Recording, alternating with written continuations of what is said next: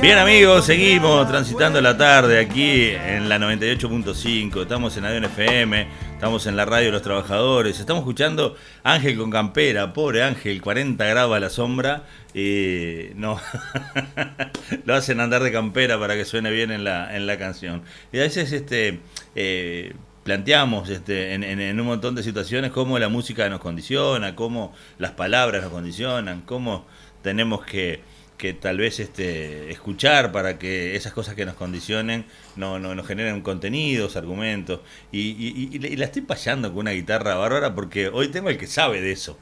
Hoy es muy fácil para mí poner esas cosas en ejemplo porque como tengo al licenciado en psicología, a mi querido amigo Franco García por acá, él me va a desatar y me va a decir, estás equivocado, pero... y voy a quedar bien. Entonces puedo tirar toda esa verdura que dije al principio. Pero tiene que ver con eso. Tiene que ver con eso de escuchar. Tiene que ver con... A ver, porque nosotros cuando empezamos esta columna, ya hace 15 días, allá por el 19 de febrero, yo tenía un susto bárbaro. Una columna de psicoanálisis cuando... apenas cursé parte del liceo y leí alguna cosa y lo demás lo vi en películas. ¿Qué voy a hablar de psicoanálisis yo? Por eso siempre hay que tener el teléfono del que sabe o presentar aquí a quien tiene esa información. Así que le vamos a dar la bienvenida al querido Franco, que sé que nos están escuchando en varios lugares. Mandamos saludos a todos después, que capaz que podemos hacer algún saludo más discriminado. Si quieren contactarse, interrumpirnos, que es importante, porque también los podemos escuchar a ustedes, a través del 096-218-764. Vamos a estar con el teléfono abierto. Y bueno, y a toda la comunidad que nos sigue en la radio de los trabajadores, si quieren tarde o temprano, la bienvenida a una nueva columna con nuestro querido Franco García. Bienvenido, Franco, qué placer tenerte por acá. Buenas tardes, Mario, buenas tardes a toda la audiencia también. Y qué... estaba escuchando, qué intro te mandaste. Será con verdura, con fruta, no sé. Pero la verdad que... ensalada fue. Después de fruta, de verdura, no sé. Hubo una mixtura muy linda ahí. Y justamente pensaba el tiempo, ¿no? Estaba camino a la radio, estaba pensando en el tiempo que había pasado desde la última columna. Uh-huh. Por lo menos en lo personal me pareció mucho tiempo.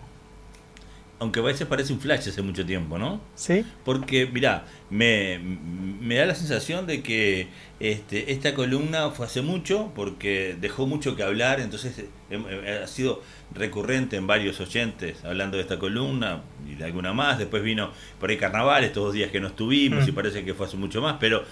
a ver, yo llegué a la radio, no salíamos por internet y sabía que venías en 15 minutos y digo, no puede ser que ya esté todo acá y yo no tenga todo pronto. Entonces digo, como que... no sé, capaz que... mirá, el otro día, y no tiene nada que ver con nada, pero lo pongo como ejemplo de la velocidad con que pasan las cosas. Sí. Estaba mirando la asunción del presidente, ¿no? Uh-huh. Y alguien me puso en un mensaje... no sabes cómo tenemos, dice, a fulano jorobándolo, ¿por qué cambió el gobierno, no? Por temas de cuestiones políticas. Y dice, pensar que había puesto una cuenta regresiva y ya les quedó en cero, y no se dio cuenta. Había hecho una cuenta regresiva porque bueno, viniera y pasaron 5 años desde que ¿cómo es? Entonces ahora le quieren hacer cargo de todo eso que no sucedió en los últimos 5 años. Sí. Dale, ya, es momento de arrancar, ¿no? Y tiene que ver con que 5 años fueron un flash, porque si bien mirás 5 años para adelante, pero el día que llegó ese final, lo decís, opa, ¿no? A ver, sí. Los 53 años que tengo yo qué sé, ya pasaron. Es muy curioso cómo se mide el tiempo en estos tiempos, justamente, valga la redundancia, porque parece que el tiempo solo se mide en un tiempo presente y en una relación de 4, 3, 10 años nada más, ¿no? Claro. Uno trata de pensar 20 años atrás y le parece demasiado, ¿no? Le parece que ha pasado mucho tiempo para atrás, entonces uno más o menos se organiza a partir del presente. Claro. Incluso hay varias terapias o corrientes que se basan y trabajan y apuestan nada más al presente. Claro. La cuestión es qué pasa con la historia, qué pasa, claro, con lo que está trae detrás. La mochila. Incluso en esta idea el psicoanálisis realiza una especie de reverso en esto, porque plantea un poco que la historia en realidad no está atrás, sino que está adelante. ¡Wow! ¡Qué bueno! por ejemplo, Lacan, un psicoanalista francés, establece en un seminario 1 que la historia no es el pasado, sino que la historia es el pasado historizado en el presente. Es decir, que estas frasecitas, digamos, estos lugares comunes, ¿no? Porque es interesante a veces caerle a los lugares comunes como pasado pisado. Claro. ¿Mm? Entonces, en este ejemplo que traías de lo político, ¿no? Como a veces parece como si fuera una cuenta nueva, ¿no? O sea, asume un gobierno y es, bueno, arranca de cero. No arranca de cero, ¿no? Hay un recorrido histórico detrás que es gigante y de alguna manera u otra condiciona. Todas las decisiones futuras las condiciona todo eso también, ¿no? Exacto, pero a veces se pretende, digamos, que bueno, uno arranca de cero y ya está, ¿no? Me tengo que olvidar de lo otro. Y justamente sabemos que es ese pasado, digamos, esa historia se nos cruza, digamos, a la vuelta de la esquina. Y se nos pone por delante en un montón de situaciones. Exacto. Te pongo en una situación de riesgo y pasa toda tu vida por delante, ¿no? Te pongo en una situación compleja y analizás durante cómo lo solucionaste en otros momentos. O sea, como que eso está ahí, pasas esa mochila al frente a cada rato. Sí. Y bueno, y es una introducción que está muy bien, me parece. Más allá que fue muy espontánea e inventada en el camino a la radio. Pero creo que nos sirve muy bien para dar pie a lo que vamos a hablar hoy, ¿no? Que refiere a un hecho histórico, ¿no?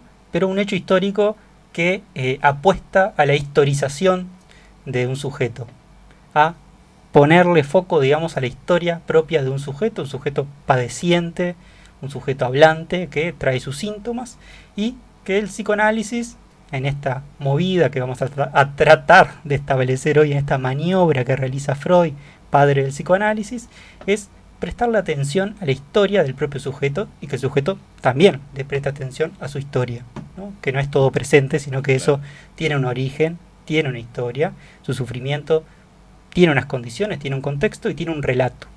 Y eso es un poco de lo que vamos a tratar de hablar. Entonces el nombre de la columna del día de hoy, decidí ponerle Dejar hablar. Y lo justifico a partir de una sencilla pero a la vez compleja y arriesgada maniobra que realiza Freud con el objetivo de aliviar un padecimiento muy persistente en su época, que eran las histerias o los síntomas histéricos que por lo general terminaban en mujeres. Hay que pensar, digamos, que una de las hazañas de Freud, que más allá de sus conocimientos médicos, él era neurólogo, más allá de sus conocimientos médicos, justamente descubrió que habían muchos padecimientos que sufrían, ¿no? Ciertas mujeres en su época que querían decir algo, ¿no? O mejor aún, querían hablar. Entonces, y la otra gran hazaña que realiza Freud fue justamente cederle las palabras a las mujeres, ¿m? Algo que en su época fue un escándalo, ¿no? Y ya vamos a hablar un poco de todo esto, porque digamos fue cederle las palabras a esas mujeres que traían unos síntomas y unos padecimientos muy importantes, pero justamente podríamos pensar que al cederle la palabra le cede el poder también, ¿no? Claro. En esa época había el poder médico, científico médico era muy fuerte y sobre todo eran hombres, ¿no? Claro. Está claro, estamos hablando de antes de 1900. Entonces la idea en realidad sería conversar un poquito del pasaje de una clínica de la mirada a una clínica de la palabra. Ese es un poco el intento que vamos a hacer hoy. Claro, cambia el enfoque de la observación. Miro. Exacto. Y trato de adivinar qué es lo que te pasa, te escucho y trato de ver cómo lo resolvemos. Aparte, qué potente es eso nada más que planteaste, te escucho, ¿no? Porque el te escucho es poner justamente que el saber, ese saber no sabido quizás, está del otro lado. No soy yo con mi conocimiento, con el poder, digamos, que me da una formación y demás, sobre todo en esa época médica, que va y te analiza o te observa, ¿no? Sino que justamente da vuelta a eso y es justamente el saber está del lado del sufriente, ¿no? Y no del experto. Claro. Pero bueno, eso ya lo vamos a ir estableciendo un poco más finamente. Y esta distinción, primero habría que pensar por qué la medicina, digamos, establece su foco tan grande en la mirada, en la visión. Y acá voy a citar a una debilidad que tengo, que es Michel Foucault, que fue un historiador, filósofo, bueno, se fue muchas cosas, un académico, digamos, excelente, francés, que escribió muchísimas cosas, pero hay un libro muy interesante que se llama El nacimiento de la clínica, y es interesante porque a lo largo de este libro Foucault va estableciendo cómo la medicina, sobre todo en Europa y en Francia, va agarrando su lugar, le va sacando lugar a la iglesia, digamos que en su época era como la dominante. Entonces, incluso Foucault trae unos documentos muy interesantes en donde lo presupuestal, incluso de un estado y de una nación, donde antes era todo destinado a la parte más de la iglesia y el clérigo, de a poquito la medicina empieza a explicar ciertos padecimientos, ciertas enfermedades, y dicen, opa, tenemos que pasarle un poco de presupuesto a esta medicina que se está recién constituyendo, esta clínica médica que recién está apareciendo, y que está explicando un poco los padecimientos, porque hasta ese entonces, estamos hablando siglo XVI, hasta ese entonces, si te morías, bueno, eran los tiempos de Dios, ¿no? Eran tiempos divinos. Pasabas a mejor vida. Bueno, sí, está esa gran promesa, ¿no? Uno pasa. La otra vez hablábamos con un amigo, la verdad que ahora no recuerdo quién, pero estábamos hablando justamente de eso, ¿no? Esta idea de que uno muere y se encuentra con algo mejor en el más allá. Yo digo, pero si le agregamos el factor humano, ¿no? Si uno efectivamente muere y hay algo después, pero si seguimos siendo un poco de nosotros, ¿no? Y seguimos estando metidos en el lenguaje, seguimos teniendo un cuerpo, no me digas que allá tengo que trabajar también, ¿no? Y es muy probable que si eso llegara a ser así, que imagínate que acá tenemos que estar con todo un sistema, digamos, con laburar y toda esta cuestión, con todo un sistema productivo y de rendimiento, etcétera, etcétera. Incluso si paso a otra vida, es probable que haya incluso una moneda, que haya algo y que uno tenga que también laburar allá. Lo cual creo que no nos salvamos del juego del capitalismo. Si acá es el sufrimiento, allá es el sufrimiento divino, pero yo entiendo que esta columna es de escuchar, yo tendría que escuchar porque es uno de los defectos que tengo de interrumpir, pero esas cuestiones a veces, ¿no? Que te prometen intangibles, ¿no? Como terrenos en la luna, pasar la mejor vida, te prometen cosas que al final no puedes justificarla, porque si vivió 115 años, entonces ¿qué pasó? ¿Era tan malo? ¿Tenía que sufrir más antes de pasar a la otra moneda, a la otra, ¿no? Al otro laburo? Yo qué sé, ¿viste? Es como medio... Y no quiero ponerme escéptico porque capaz que meto la pata, pero o decís algo que no tiene ni pie ni cabeza, pero pasa por ahí, ¿viste? Que lo que promete, y por ahí tal vez esa cuestión de que el presupuesto pasó de la iglesia o de la fe a la salud, era por los resultados. Curamos a uno tal vez algo simple, pero se curó, y la iglesia le seguía mandando Padre Nuestro, y seguía con la misma tos, ¿no? Exacto. Por poner un ejemplo. Sí, por supuesto. Aparte, acá hay un teórico, si no me equivoco, se me puede estar confundiendo el nombre, pero creo que es Ernest Bloch, que justamente tiene como 3 tomos que habla del principio de esperanza. Y él justamente sitúa esto, ¿no? Cómo a veces se le oferta, ¿no?, a ciertas personas un paraíso terrenal más allá, digamos, de esta tierra, un poco para justificar y para que no molesten tanto, exigiendo condiciones terrenales, ¿no? O sea, exigiendo una buena vivienda, exigiendo buenas condiciones de vida y demás, pero con el principio de esperanza uno más o menos coerciona al otro diciéndole, bueno, mira, no vas a tener el terreno en el mundo terrestre o en este planeta, pero sí vas a tener un lugarcito, una parcela asignada allá arriba, ¿no? Toma, corre esta zanahoria celestial. Bueno, sí, bueno, tiene algo que ver con eso, Es una linda metáfora la zanahoria celestial. Pero sí, tiene que ver con eso. Bueno, entonces, cómo la medicina va de a poquito, a medida justamente de resultados, obviamente, de teorizaciones, va ganando lugar. Y Foucault en este libro justamente señala uno de esos eventos por lo cual la medicina empieza a tener mucho protagonismo, y empieza a tener protagonismo la mirada del médico sobre los cuerpos. Y lo establece a partir de Xavier Bichat, que fue un médico francés, que que arrancó justamente a abrir cadáveres. Estamos hablando en un tiempo donde justamente la moral y lo religioso no habilitaba, porque era una profanación. Eso, más allá que la historia de la autopsia se nos viene mucho más atrás, incluso creo que hasta Hipócrates ya establecía estas cuestiones de la autopsia, pero bueno, acá Foucault establece que Xavier Villat, digamos, este médico francés, empieza a abrir cadáveres. Imaginen el mundo que descubrió, digamos, al poder abrir cadáveres, seguramente de manera clandestina. Tal cual. Y empezó como a localizar los padecimientos, es decir, claro, esta persona se murió, pero al abrir, ¿no?, el cadáver, encuentro que tenía una dolencia en tal órgano, entonces en realidad no murió por un tiempo divino, sino que murió porque tenía, ¿no?, un cáncer desarrollándose, claro, en tal órgano, ¿no? Lo que pasa es que no lo sabíamos porque no lo podíamos inspeccionar. Entonces a partir de acá el conocimiento apareció estar en el ojo, en la visión. Entonces yo miro y encuentro signos, ¿no? Ahí surge para Foucault lo que se llama anatomía patológica, que es decir, encontrar en el cuerpo el origen de una patología X, ¿no? Entonces, para Foucault, justamente en este libro, toda la racionalidad médica se hunde en la percepción. Es decir, yo miro y con mi mirar, desde el saber, desde la teoría, ya más o menos puedo determinar, digamos, una verdad.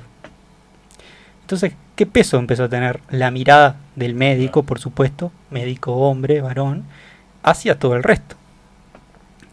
Y también la medicina empezó a tener, el médico empezó a ser una figura muy importante en lo que refiere, en una organización social, en una ciudad. Y acá justamente nos topamos con un gran problema, que toda la ciencia médica, digamos, positivista, se basó en esta cuestión del ojo, de la visión, de la mirada, y se hizo ciencia a partir de ahí, a partir de otras cosas, pero también de ahí. ¿Y qué pasa con los padecimientos que no lo podíamos ubicar en los órganos, ¿no? Claro. Porque síntomas igual habían, de cierto tipo, y no eran ubicables en un órgano. Entonces acá entra toda esta cuestión de los síntomas histéricos, que eran síntomas de las mujeres, digamos, ¿no? Yo creo que la vez pasada habíamos hablado un poco del origen, de cómo quedó esta cuestión impregnada a la mujer, pero en realidad hay hombres que también. Y justamente el problema es cuando la cuestión no es ubicable en los órganos, entonces ahí empieza ya toda la hipótesis de, bueno, entonces tiene que ver con algo del psiquismo, de lo psíquico. Una idea totalmente abstracta y que no entra en los parámetros esos de ciencia y de ojo y de visión, ¿no? Acá traje una cita de Gabriel Lombardi, que es un psicoanalista argentino, en un libro que se llama El método clínico, y lo ubica lo siguiente: el médico dejará de hablar con el paciente y con los dioses para concentrarse en el estudio de signos que el testimonio del paciente usualmente desconoce. Hoy en día el médico ya no intercambia más que unas pocas palabras con el paciente y la enfermedad se estudia mediante análisis clínicos. Estos estudios reemplazaron casi por completo el intercambio coloquial y el contacto personal del médico con el cuerpo del sufriente. Este es el fin de la cita. Y es interesante en esta cita, además que es muy actual. Sí, claro. Porque justamente muy de tomógrafo, ¿no? Exacto, exacto. Bueno, ahí hay un gran problema, porque ¿cómo le hacemos una tomografía al psiquismo? Lo más parecido, y muchas teorías se basan en esto, que lo más parecido al psiquismo es el cerebro, ¿no? Bueno, eso ya lo vamos a ir discutiendo.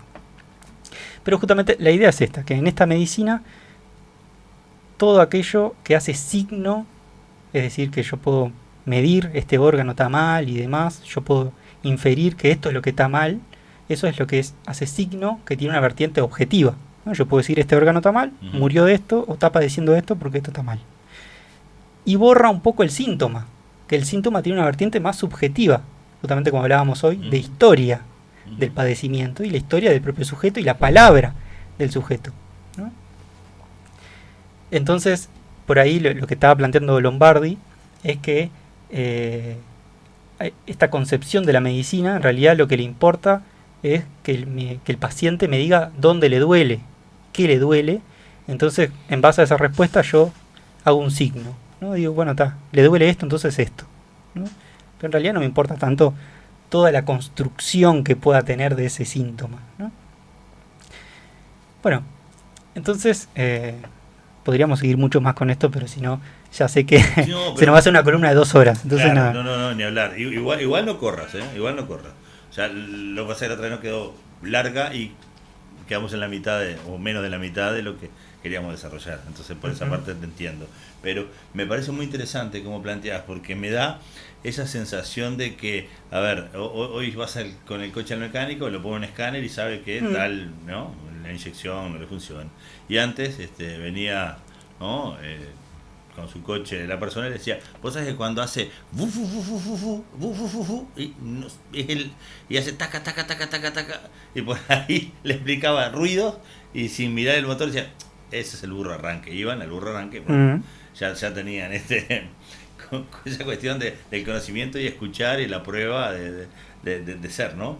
Y yo creo que esta cuestión que hablas de la cita anterior también, del psicoanalista argentino, tiene que ver con eso, ¿no? El análisis clínico hace de que, sí, es colesterol, ya te medican y no, por ahí no siguen viendo el hilo conductor de por qué producís cálculos en el riñón. Exacto. O por qué producís, yo qué sé, no sé. Aparte, en la clínica actual también se puede intervenir a partir de ahí, ¿no?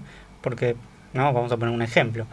Llega alguien y te dice, bueno, la verdad que tengo un dolor, no sé, en este costado y no sé muy bien, ¿no? O sea, va a tu consultorio, llega a tu consultorio psicológico y te dice, bueno, me duele acá, esta parte del cuerpo, pero yo no sé a qué será, ¿no? Entonces ahí uno puede decir, bueno, pero usted primero que nada, ¿se hizo un análisis? O sea, ¿fue al médico?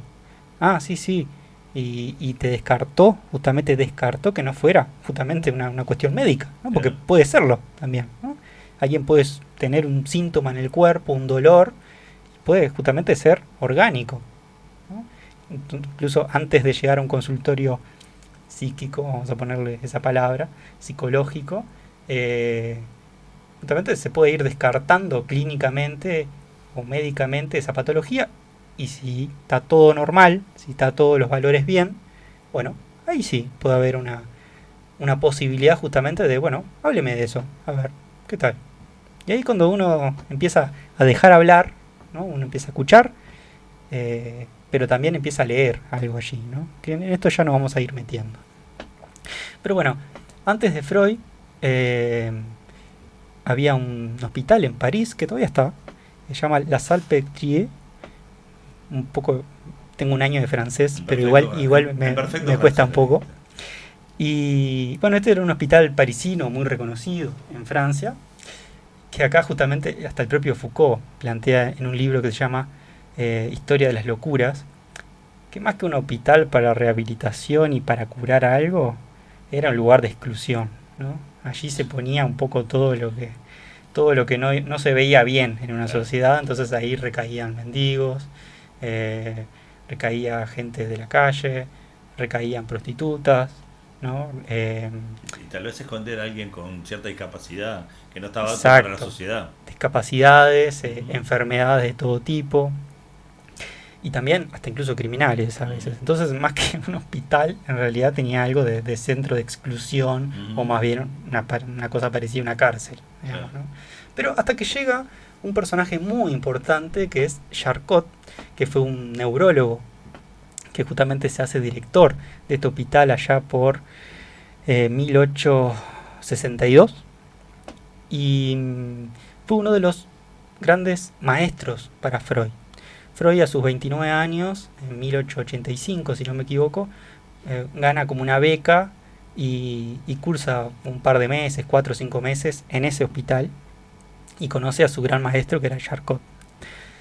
Se puede hablar mucho de Charcot, pero lo más importante es esto, que es alguien que le devuelve a la histeria, ese padecimiento que estaban sufriendo muchas mujeres que no se sabía por qué, y que en realidad recaían en que como no lo podemos ver, como le hacemos análisis, y estas chicas tienen, no sé, una parálisis en la pierna, tienen problemas en el habla, tienen paralizado un brazo, pero le hacemos los exámenes clínicos, lo observamos y están bien.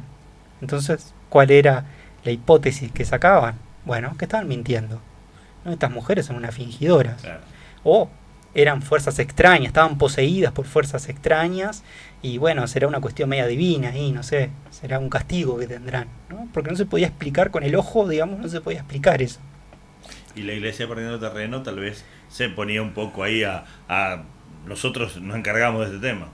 Exacto, mira como por más de todo su conocimiento, de todos sus saberes, hay algo que queda como resto todavía, Claro. ¿no? Entonces, lo interesante de Charcot es que dice, no, ni están mintiendo, ni hay nada, no hay ninguna posesión de nada, o sea, no hay ningún demonio en el medio, sino que es un problema que está y hay que devolverle su estatuto médico. Es decir, hay que seguir trabajando en esto. Y él no estaba muy convencido en recaer en algo psicológico, sino que finalmente él dice, bueno, la etiología de esta enfermedad, es decir, el origen, es hereditario, es médico y es una afección en el sistema nervioso.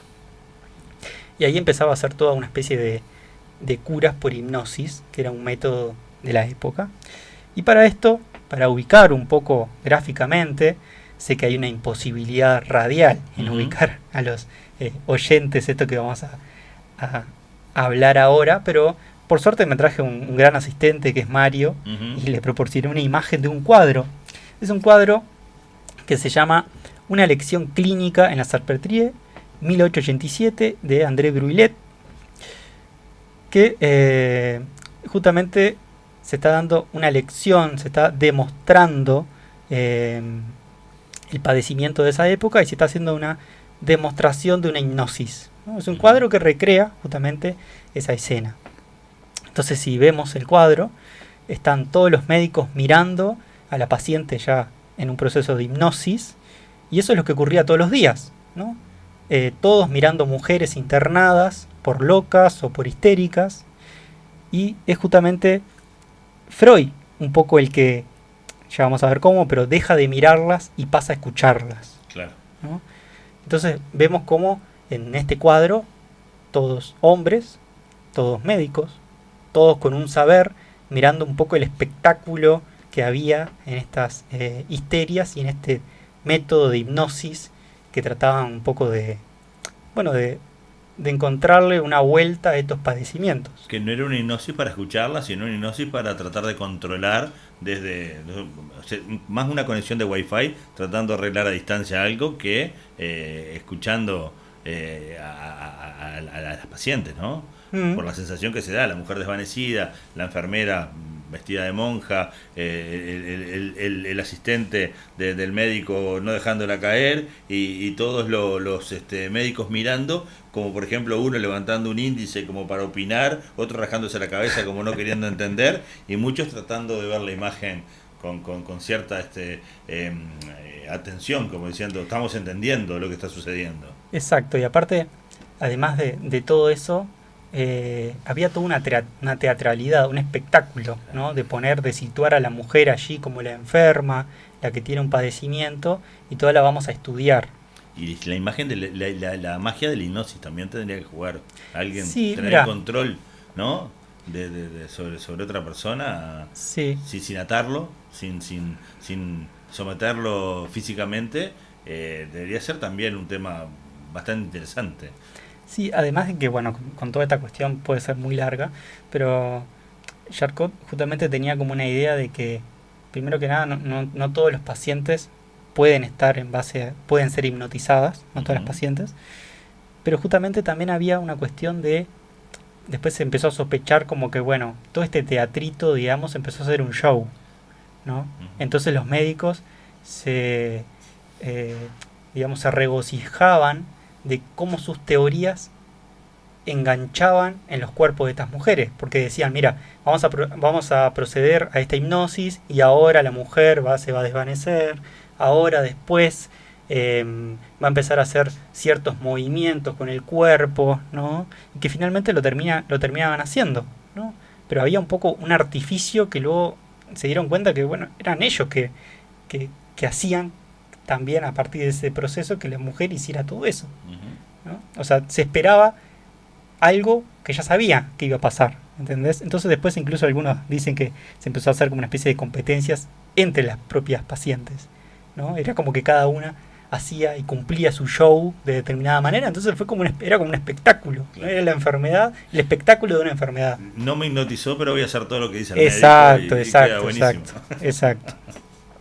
Aparte, bueno, de este cuadro, Freud sacó como una especie, tenía como una pequeña réplica de este cuadro y lo tenía en su consultorio, ¿no? O sea, el propio Freud tomó una réplica de este mismo cuadro.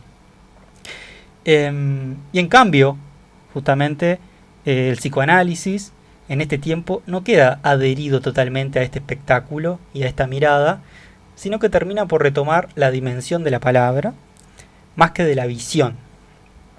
Así que podríamos pensar que al igual que el escritor y el poeta, le dan un valor inconmensurable a la palabra, ¿no? El psicoanalista, al igual que el escritor, entiende y valora la palabra, porque comprende que de esta estamos formados, o sea, somos seres hablantes y hablados, y seres que podemos ser afectados también por la palabra. Pero antes de meternos un poco más en esta selva, Freud pasó por la Salpêtrière, pasó con Charcot, y luego fue a otra escuela, en 1889, que es la escuela de Nancy, y ahí conoció a Bernheim, que era otro médico, y él daba justamente lo que se llamaba el método catártico, que era un método de hipnosis también, pero que trataba de... hay un concepto que se llama abreacción, es decir, yo te hipnotizo, mujeres por supuesto, hipnotizaba a sus pacientes, y a través de la hipnosis buscaban liberarla de ese padecimiento que tenían, ¿no? Que revelaran alguna verdad. Entonces, incluso algunos le llamaban limpieza de chimenea, ¿viste? O sea, a través de ese proceso de hipnosis, esa paciente diría algo revelador, digamos, y ahí eliminaría el síntoma. Ya podríamos pensar que había algo de la palabra allí, ¿no? Más allá de los objetivos que tenía, había algo de ir metiendo la palabra o la importancia de la palabra en ese método. El tema es que Freud quedó bastante encantado con esto y lo practicó esta hipnosis, pero se da cuenta que estos métodos son más bien transitorios, ¿no? Es decir, eran métodos sugestivos. La sugestión trata de influir en el pensamiento del otro, claro, ¿no? Esa es la sugestión. No sé, pienso en si todo un grupo, ¿no?, te está alentando, te dice, bien Mario, tú puedes, yo sé que tú puedes, tú todo lo puedes y demás, y bueno, uno se motiva también con eso y eso tiene efectos en uno. El tema es que si estamos hablando de una cuestión para un tratamiento psíquico, ¿no?, esa sugestión, ¿y cuánto dura? ¿No? O sea, pasa una semana y por más que un profesional te diga, sí, tú sí puedes, tú lo puedes todo, y bueno, es cuestión de una semana y eso cae y uno se tiene que enfrentar de vuelta a su propia miseria, ¿no? Entonces, la sugestión en la influencia terapéutica de un profesional sobre el paciente puede ser, no sé, yo te digo que hagas esto, haz lo otro, te aconsejo, te recomiendo, hace esto, haz lo otro, ¿no?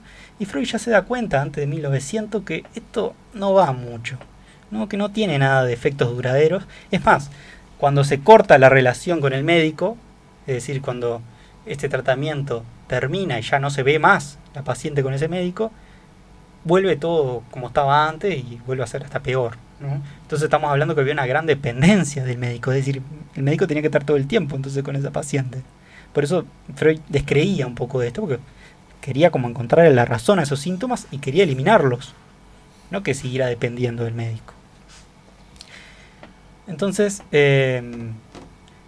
incluso el propio Freud advierte esto, que dice, bueno, igual hay que tener cuidado, porque siempre donde está la palabra puede haber efecto de sugestión al otro, claro, ¿no? Incluso en el psicoanálisis. Porque la palabra tiene su potencia y también hay que ser responsable con ella. O sea, hablar no es gratis. De alentar y desalentar, ¿no? Puede llegar a ser un motivante con la palabra, ni hablar. Puede ser un motivante, pero también puede ser un gran frustrante. Claro, ¿no? Sí. Algo que te puede frustrar en demasía, ¿no? Bueno, la cuestión fundamental de esto es que Freud se da cuenta que, más allá de esos métodos, el síntoma insiste, ¿no?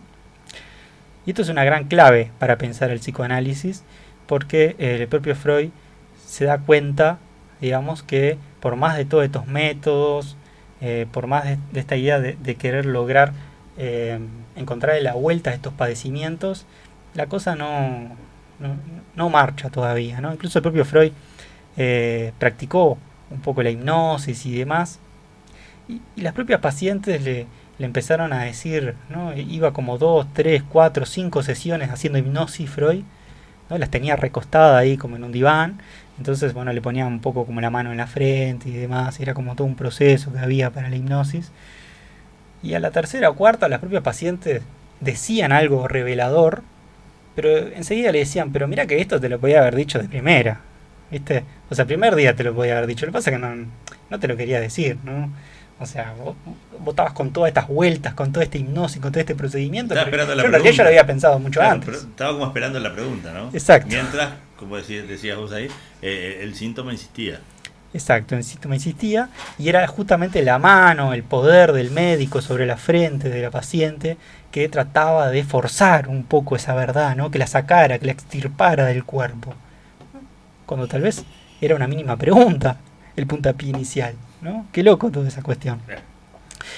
Pero, bueno, justamente Freud se aleja un poco de estos métodos y vemos que acá Gabriel Lombardi, este psicoanalista argentino que había nombrado recién, tiene una cita muy, muy interesante porque hoy hablábamos de Bichat, de este que empezó a abrir los cadáveres, y hay un capítulo en ese libro de Foucault que dice abrid los cadáveres y habla de este suceso de Bichat, y acá Lombardi en este libro dice, bueno, Freud no, justamente en lugar de decir abrid los cadáveres, lo que dijo fue escuchad a algunos vivientes, ¿no? Qué movimiento interesante, diferente, y que abrió todo un campo de exploración.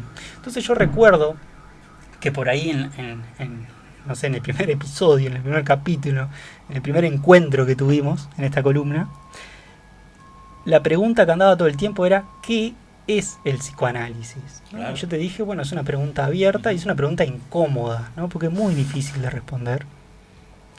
Y incluso no hay una sola respuesta, pueden haber muchas, pero podemos ir acercándonos a una especie de construir una especie de definición en la medida que vamos avanzando en las columnas, ¿no? Entonces, en esta línea y por lo que hemos comentado hoy, podríamos decir que el psicoanálisis es un método de tratamiento de los padecimientos del ser hablante que se basa en una regla fundamental. Puede decir lo que quieras. Te escucho. Hable. Asocie. Y acá entramos en el método, un poco que descubre Freud, no sé si tanto lo descubre como que lo encuentra, ¿no? Yo creo que él siempre quiso encontrarle una razón a todos estos padecimientos, a estos síntomas de la época, pero por ahí vio que todos esos métodos no ayudaban en nada y no aportaban. Entonces se encuentra con esto, que se trata más bien de dejar hablar. Y ese método, regla o técnica se llama asociación libre. Alrededor de 1896 aparece la primera mención a esto, asociación libre. Y este es un método que encontró Freud para abordar estos padecimientos y básicamente consiste en dejar hablar a la paciente, que puede asociar libremente sus ideas, y con este simple movimiento se abre un campo enorme de exploración. Vamos a hablar un poco más puntualmente de esto, pero por ejemplo, los sueños. Y capaz que ahí te interrumpo un poquitito porque eso de dejar hablar, y tal vez por la época o por épocas anteriores, en el único lugar donde se podía ir a hablar era en la confesión, en la iglesia. Exacto. En decir cosas que si te convenían y si no, venía un castigo. Entonces, a ver, yo voy a decir hasta que me castiguen poco, ¿no? Sí. Voy a ver si venimos a decir para el castigo mayor. Ajá. Sin embargo, acá en esa asociación libre tal vez haya sido bueno, puedo decir, pero sin riesgo. Exacto. Aparte, es algo muy interesante y es muy es un detalle muy interesante de que estás marcando de la confesión, ¿no? Porque entonces en toda esta línea, algunos pueden pensar, entonces el psicoanálisis se trata de ir y confesarse. No, el propio Freud diría, ¿no? Más allá que en cierta línea aparece, pero el propio Freud diría un texto que se llama ¿Pueden los legos ejercer el análisis? Creo que es 1925, que él habla justamente de la confesión, y tiene un pequeño pasaje que dice, bueno, pero ¿entonces el psicoanálisis trata de la confesión? No, dice Freud, no trata de confesar, porque confesar es decir algo que uno sabe. O sea, yo sé, y voy y me confieso. Perdón, padre, he pecado, ¿no? Sin embargo, Freud dice, no, el psicoanálisis va más allá de la confesión. Es decir, eso que no se sabe. Que se sabe, pero no se sabe.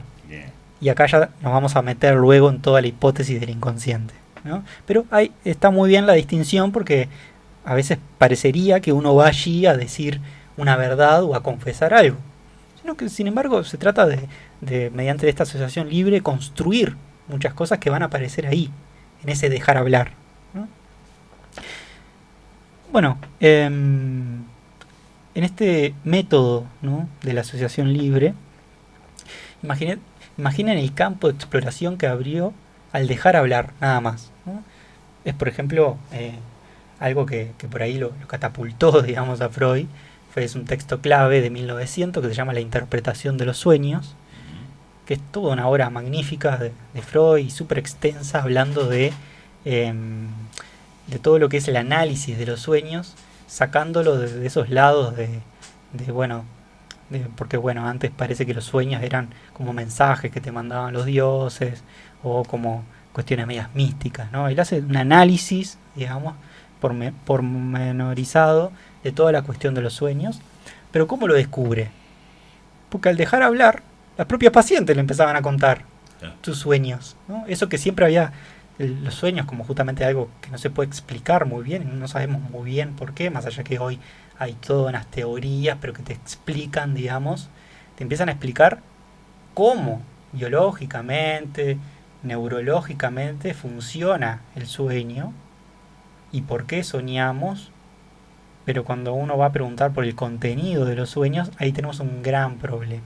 Bueno, el psicoanálisis se mete con los contenidos de los sueños, no con las explicaciones biológicas de cómo llegamos, cómo nuestro cuerpo se pone en ese estado de soñante, ¿no? Sino que se mete con lo jodido que son los contenidos del sueño. Pero bueno, esa va a ser una gran hazaña que trataremos de armar una columna solo con eso. Sí, pero yo pensaba en lo que vos decías, Franco, que claro, esa cuestión de que el sueño era un mensaje, había como un monopolio de las sensaciones atrás de la fe o de la iglesia, que todo era porque ¿no?, el paraíso, la confesión, el mensaje, el demonio, ¿no?, casi muy exorcista todo, ¿no? Y ya vino pateó el tablero de toda esta corriente. Aparte, incluso había interpretadores de sueño en la antigüedad, ¿no? Recuerdo una batalla, creo que la batalla de Tiro, que es Alejandro Magno invadiendo la ciudad de Tiro, me parece que es así, y justamente el asedio se da porque el tipo sueña, tiene como un sueño donde tenía ciertos elementos en la noche anterior, y se la larga a ese interpretador de sueño que tenía, y le hace toda una lectura del sueño diciéndole que, bueno, este elemento que soñaste y demás significa victoria, entonces esto es como, bueno, los dioses en realidad están diciendo que asediamos esto y vamos a obtener la victoria, y por eso decide ciertamente asediar y pasar a la acción, ¿no? Como los sueños, como había un interpretador de sueños también, claro. Pero que yo me imagino que también un interpretador de sueños también estaba en el antiguo Egipto. Yo me imagino que eso que soñaba el faraón, si vos le tirabas una media mala, bueno, no sé si te iba a ir muy bien. Yo creo que ese interpretador estaba un poco condicionado siempre. Claro, ¿no? El mensaje tenía que ser bueno siempre. Todo bueno, todo a favor de... Sí. Todos a favor tenía que ser. Pero, bueno, acá, por ejemplo, en esta regla fundamental, porque qué interesante que el propio Freud, porque el psicoanálisis ha variado muchísimo, hasta hoy en día hay muchas variables, hay muchos líos. El psicoanálisis tiene sus niveles de problematización muy grande, que también lo hace muy apasionante, pero hay algo que Freud lo sitúa como regla fundamental, y es esta, la asociación libre. ¿no? Y es interesante porque muchos conceptos van variando, van cambiando, pero hay una regla que no cambia: dejar hablar, ¿no? También podría ir un poquito más, dejar que eso hable, a ver qué pasa ahí, ¿no? Entonces, en esta línea, Lacan, este psicoanalista francés muy importante, sitúa lo siguiente en un seminario. Él tiene una serie de seminarios orales que fueron transcriptos, entonces tiene muchísimos seminarios. Y él dice en el seminario 17, que se da entre el 69, entre 1969 y 1970, en la página 55, la otra vez dije que me gustaba referenciar cosas, porque bueno, luego uno puede ir ahí, digamos, a ese material si quiere conocerlo o leerlo. Entonces Lacan en este seminario dice lo siguiente: el analista le dice al que se dispone a empezar: vamos, diga cualquier cosa, será maravilloso. Es a él a quien el analista instituye como sujeto supuesto saber. Fin de la cita. Es muy interesante esto porque es un poco lo que hablábamos hoy. El poder, digamos, está en el hablante, ¿no? El poder está en esa persona, en ese paciente, en ese analizante, en ese sujeto que me trae un sufrimiento, pero un sufrimiento que es de él, o que es de ella, o que es de ese sujeto. Entonces, por más que no se entienda muy bien qué es lo que le está pasando, por algo viene, ¿no?, del consultorio, pero ese padecimiento no deja de ser algo propio. Entonces, lo que se trata ahí a veces es de ir justamente construyéndolo, historizando ese síntoma, ¿no? Hoy habíamos arrancado con esto de cómo la historia parece que es solo presente y no es para atrás, ¿no? Y a veces justamente porque hay todo un prejuicio, ¿no? Bueno, ¿para qué voy a ir con un psicoanalista? Para que me pregunte sobre mi infancia. Yo no quiero hablar de mi infancia. Bueno, yo no quiero hablar, ya hay mucho en eso, ¿no? Sí, pero justamente no.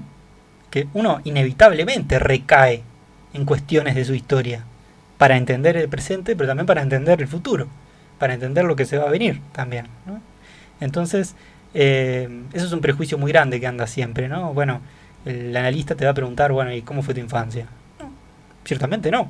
Uno puede preguntarla en la medida que el propio paciente vaya por ahí, ¿no? O sea, uno deja hablar, uno empieza a escuchar y el propio paciente va armando como su laberinto, ¿viste?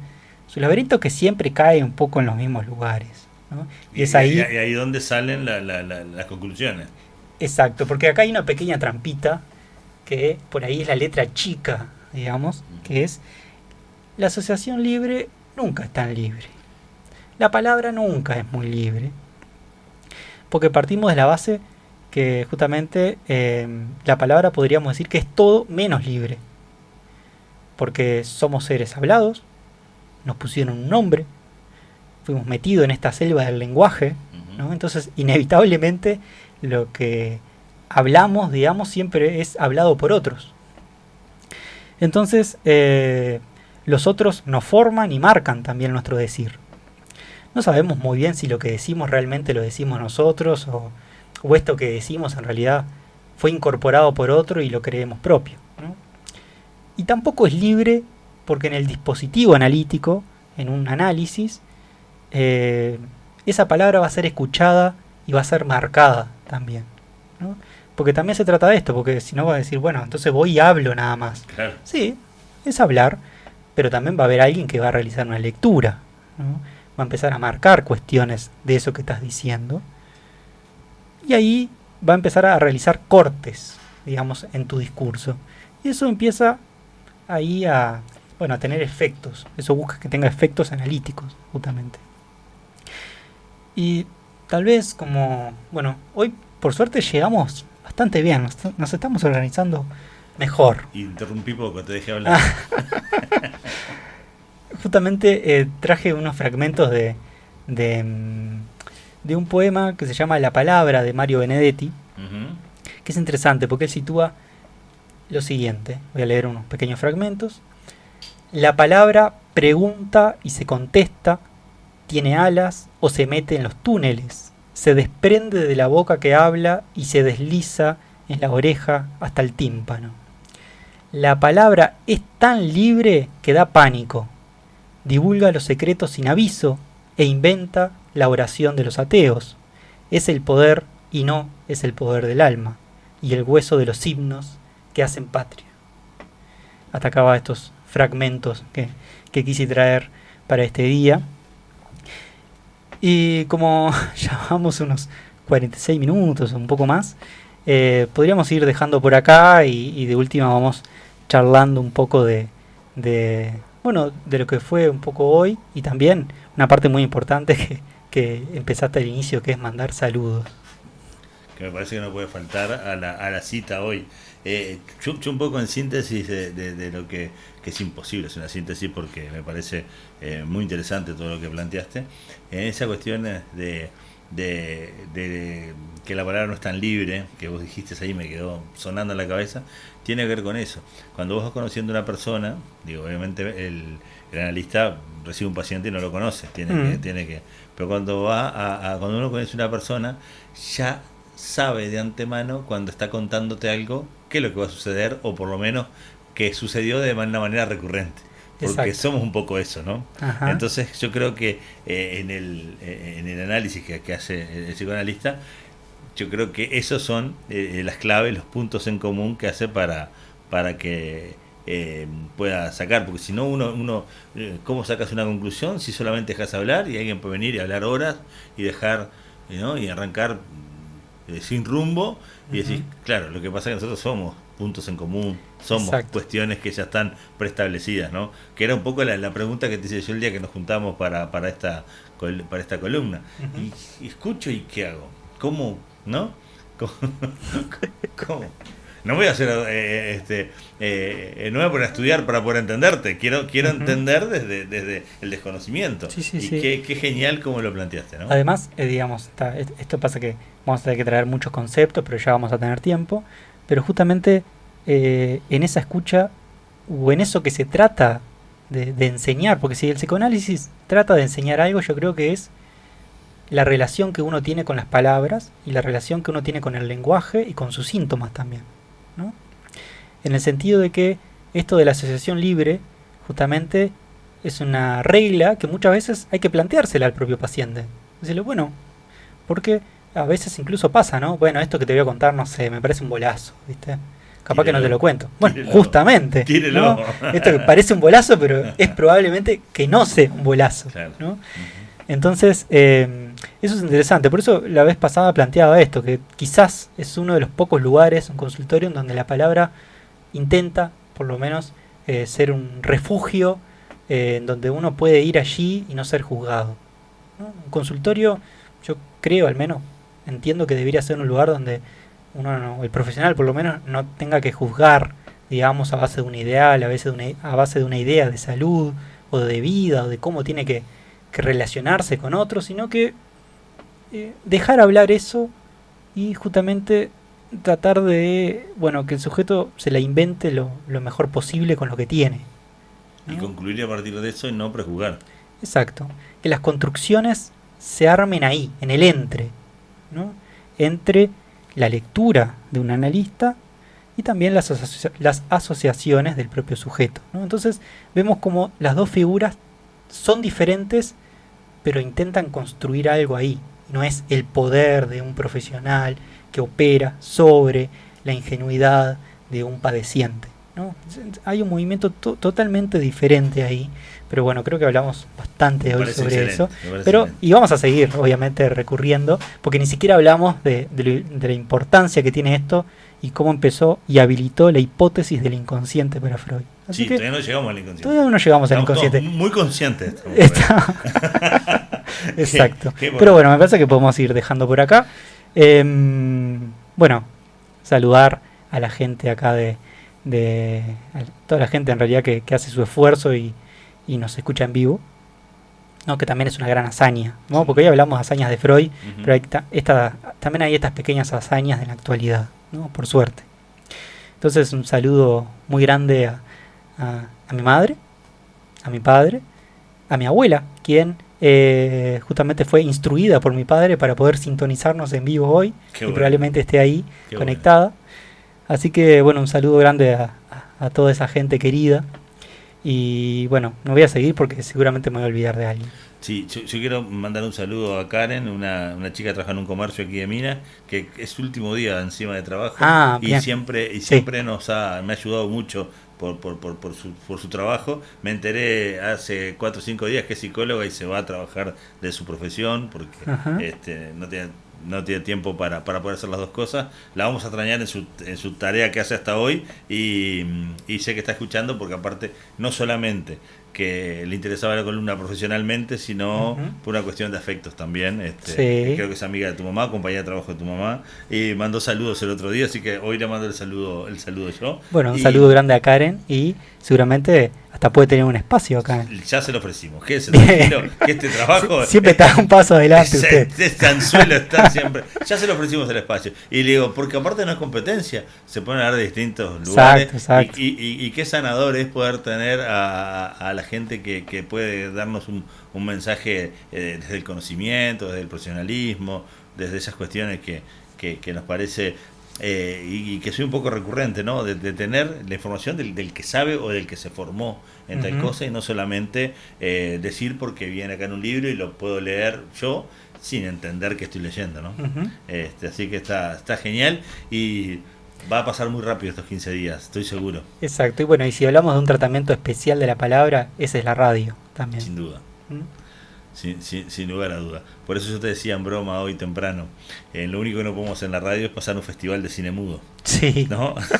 Es lo único que no podemos hacer. El resto, con la palabra, podemos describir hasta un cuadro que venía aquí en el libro, ¿verdad? Ajá. Podemos hacer un montón de cosas. Bueno, se parece un milagro entonces. Franco, La palabra hace milagros. sin lugar a duda, te esperamos pronto. Bueno, 15 días nos acá vemos pronto, en 15 días. este ciclo que viene avanzando y quiero llegar al inconsciente. Quiero entrar ahí.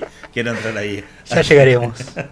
Hasta luego. Amigos, pasó por aquí licenciado en psicología Franco García, hablando de psicoanálisis y todo esto que nos parece sumamente interesante, pero como esto es radio, nos vamos a ir a la pausa y ya vamos a ir cerrando el programa por el día de hoy y mañana a 13:30 nos encontramos nuevamente en tarde o temprano en la Radio de los Trabajadores, aquí en la 98.5 ADEOM FM.